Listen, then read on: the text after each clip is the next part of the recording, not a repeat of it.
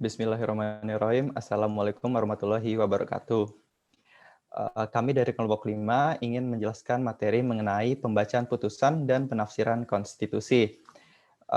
Perkenalkan, nama saya Andra Dito, Muhammad Wisnu, dan rekan saya. Saya Dinda Narate Saida. Saya Anida Lutfiah. Saya Muhammad Fadil. Dan saya Susan Ramadhani. Ya, langsung ke materi pertama mengenai mekanisme pengambilan putusan yang akan dijelaskan oleh saya sendiri. Nah, mekanisme pengambilan putusan ini dalam MK akan dilaksanakan dalam rapat permusyawaratan hakim atau yang disebut dengan RPH. Nah, sebenarnya dalam undang-undang maupun PMK, peraturan Mahkamah Konstitusi ini tidak dijelaskan detail mengenai mekanisme RPH itu sendiri. Nah, cuman dalam RPH ini rapat permusyawaratan akan dipimpin oleh Ketua Mahkamah Konstitusi. Namun jika ia berhalangan hadir, maka akan diganti oleh Wakil Ketua Mahkamah Konstitusi.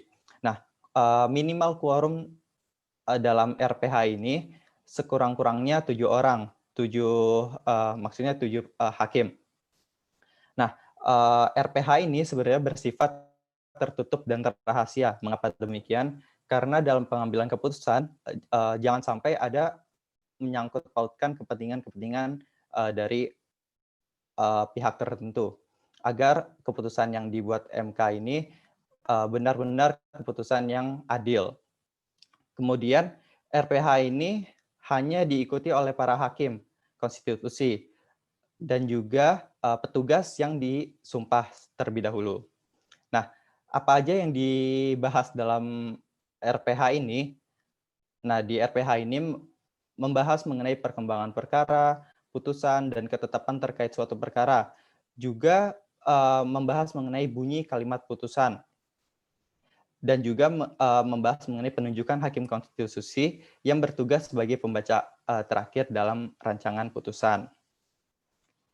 Nah, kemudian dalam pasal 45 Undang-Undang Nomor 24 Tahun 2003 mengenai Mahkamah Konstitusi disebutkan bahwa putusan diambil berdasarkan Undang-Undang Dasar 1945 sesuai dengan alat bukti dan keyakinan hakim. Nah, alat bukti di sini minimal ada 2 alat bukti. Kemudian, putusan juga wajib memuat fakta dalam persidangan dan pertimbangan hukum sebagai dasar putusan. Kemudian, putusan diambil secara musyawarah untuk mufakat dalam sidang pleno atau RPH Hakim Konstitusi. Kemudian, di sidang permusyawaratan juga, tiap hakim wajib menyampaikan pertimbangan atau pendapat legal opinion secara tertulis terhadap permohonan. Nah, jika dalam RPH ini tidak menghasilkan putusan, maka RPH ini akan bisa ditunda sampai RPH selanjutnya. Kemudian, jika dalam pengambilan keputusan itu tidak mencapai mufakat yang bulat, maka keputusan akan diambil berdasarkan voting atau suara terbanyak. Namun, jika tidak juga ada suara terbanyak, karena dalam hal ini hakim bisa abstain atau tidak memberikan suara gitu ya. Itu juga bisa lewat suara akhir ketua sidang pleno hakim. Nah, pendapat anggota majelis hakim yang berbeda-berbeda ini akan dimuat dalam putusan secara tertulis. Nah, dalam putusannya juga bisa dijatuhkan pada hari itu ataupun di hari kemudian.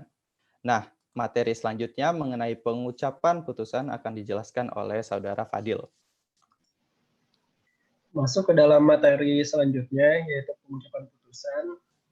Sidang pengucapan putusan itu pada hakikatnya itu sebenarnya sidang pleno. Namun berbeda dengan sidang pleno pemeriksaan persidangan yang tadi sudah dijelaskan. Nah, dalam sidang pleno pengucapan putusan, agendanya adalah hanya membacakan putusan atau ketetapan MK untuk suatu perkara yang telah diperiksa dan diadili yang sebelumnya yang tadi yang sudah dipaparkan oleh Saudara Dito. Nah, putusan biasanya dibacakan secara bergantian oleh majelis hakim MK, diawali oleh ketua sidang dan dilanjutkan oleh hakim konstitusi yang lain. Dan pada bagian kesimpulan, amar putusan dan penutup dibacakan oleh ketua sidang lagi. Nah, setiap hakim konstitusi ini akan mendapatkan bagian tertentu dari putusan untuk dibacakan secara berurutan, kecuali hakim konstitusi yang dalam posisi mengajukan pendapat yang berbeda atau dissenting opinion atau alasan yang berbeda, concurring atau bahasa Inggrisnya concurring opinion. Ini sama aja sih sebenarnya antara dissenting opinion sama concurring opinion. Jadi tadi kalau hakim yang sama pendapatnya dia berurutan nih. Cuma nanti kalau misalkan ada yang berbeda hakimnya itu nanti di akhir dia pendapatnya sendiri kenapa berbeda segala macam. Nah, hakim yang mengajukan dissenting opinion atau concurring opinion tadi membacakan pendapatnya atau alasannya tersendiri setelah ketua sidang membacakan amar putusan. Nah, dalam sidang pleno pengucapan putusan harus dilakukan secara terbuka untuk umum. Hal ini merupakan keharusan karena apabila putusan diucapkan dalam persidangan yang tertutup, akan berakibat putusan MK tidak sah dan tidak mempunyai kekuatan hukum. Nah, putusan MK ini memperoleh kekuatan hukum tetap sejak selesai diucapkan dalam sidang pleno pengucapan putusan terbuka untuk umum. Dengan demikian, putusan MK bersifat tetap dan mengikat setelah sidang pengucapan putusan selesai. Nah, selanjutnya akan dibahas oleh Saudara Susan. Baik, selanjutnya adalah jenis putusan. Jenis putusan dalam Mahkamah Konstitusi itu ada dua. Yang pertama putusan sela, yang kedua putusan akhir. Untuk putusan sela atau sering disebut dengan putusan provisional.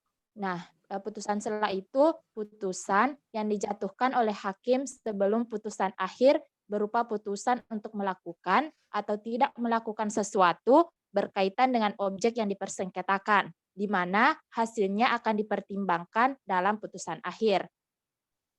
Putusan sela itu dalam perkara pengujian undang-undang pertama kali dijatuhkan dalam proses pengujian Undang-Undang Nomor 30 Tahun 2002 tentang Komisi Pemberantasan Tindak Pidana Korupsi, di mana intinya menyatakan bahwa ketentuan tersebut mengenai pemberhentian pimpinan KPK yang menjadi terdakwa tidak dapat dilaksanakan terlebih dahulu sebelum ada putusan MK mengenai uji pasal tersebut yang dimaksud.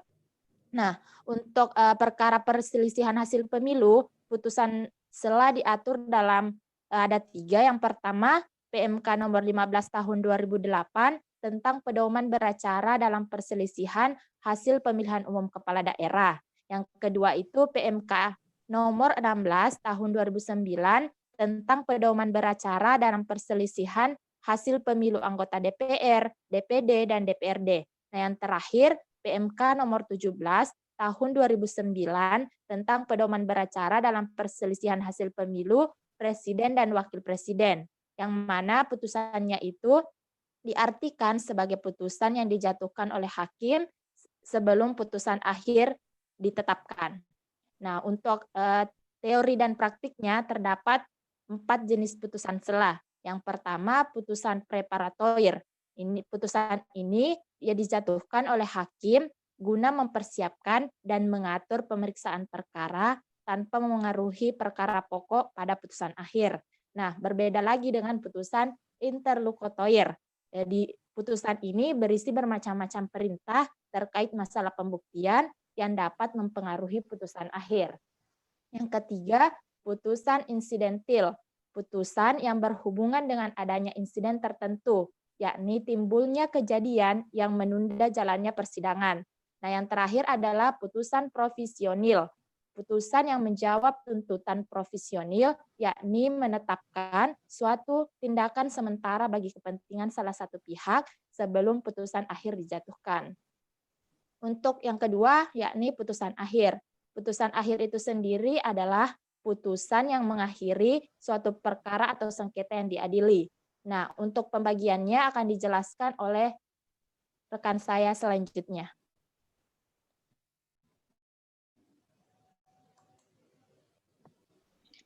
Ya, selanjutnya adalah jenis putusan. Jenis putusan itu dibagi menjadi 3. Yang pertama, jenis putusan permohonan tidak diterima. Jenis putusan permohonan tidak diterima ini, pemohonnya tidak memenuhi syarat sebagaimana dimaksud dalam pasal 50 dan 51 Undang-Undang Mahkamah Konstitusi. Yang kedua yaitu permohonan ditolak. Putusan Hakim Konstitusi menyatakan permohonan ditolak apabila permohonan tidak beralasan.